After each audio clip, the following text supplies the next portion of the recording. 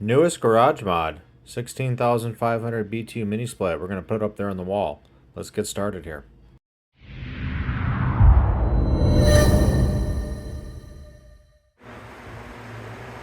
So I'm going to have to fill in that piece there too.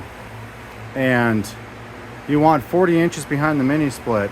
So I got to take all this down, put the mini split there, and rearrange this whole table area, which is fine. But that's going to be better anyway, because it gets it more towards the back of the building. So we're going to take this all apart now. So we're out here figuring the mount setup. This isn't quite wide enough. They want 39 inches in front, and I've got 40 total. So we're going to use this space between the two. One day I will spin this shed the other way. So I need to make sure I'm 10 feet over as well. So then the mini split will have a clear air spot, which I've already figured out. So now, because this was a pole barn that I framed out, I've got a C-purlin coming this way and then one here as well. Part of me likes the unit this high. It's easy to get to in service, but then I've got a 60-pound unit hanging that high in the air. Part of me likes it down there. So I may actually put the top part of the bracket into this purlin and then try to grab the studs below. Got that one mounted. First hole drilled to the other side.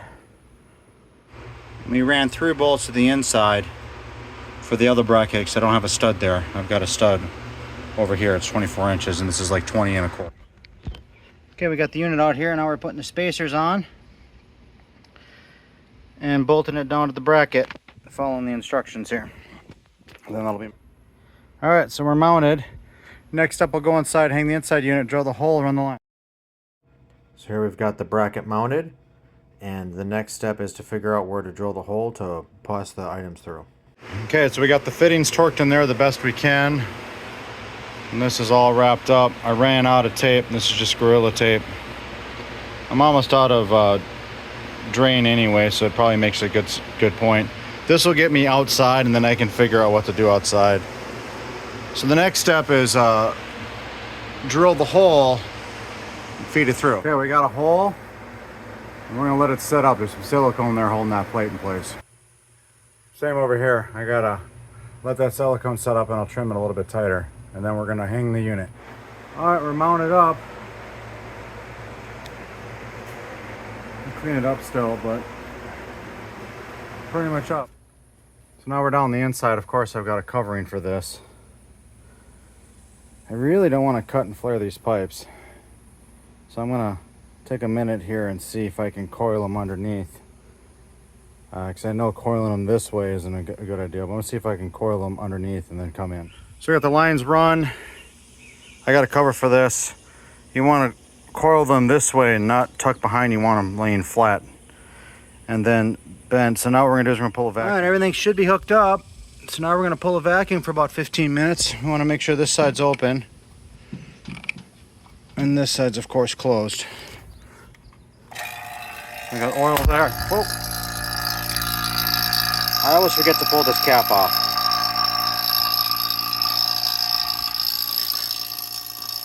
All right, we're gonna let that run for about 15 minutes and come back to it. Pretty simple. These wires are actually labeled 1, 2, and 3. And then make sure you hook up your ground and your stress clamp, and obviously pass it through first. I went behind because I planned to actually get some extra tape and tape all of this together all the way. So now we'll hook up the 220 side and while this is still pulling a vacuum, and that way I can put that cover back on and that's done. All right, we got a whip installed. Box is going to end up over there somewhere on a stud, probably right in this area. I'll check code to see how high I have to put it for the disconnect portion, and then of course I'll cut the whip to size and fasten it to the wall and everything. We're about done pulling vacuum, so let's see if it holds. Okay, we're almost done outside. Just gotta hook up the whip and the box. Oh, I need some red tape to mark this neutral because it's 220. And there we're wired in. Line in, load out, load out. It's starting to spin up here. It's awfully quiet so far. So we still got to wrap the condenser lines, trim the drain, and fasten this up. But that's pretty much the end of the install. We just started it. And we're all installed. Just got a little bit more cleanup to do. So I've been using the mini split for about a week, and I can say that the 77 degrees I set it on is doing a great job. I only have the Reflectix insulation. I need to put some sheet goods on the ceiling here when it cools off, but 90 plus degrees outside all day. It doesn't get over, say, 85 inside of here, and it really does a good job of removing the humidity. Humidity doesn't get over 50%, which will save the tools in the build. So overall, a win. Makes it much more comfortable to work on the shop. Thanks for watching.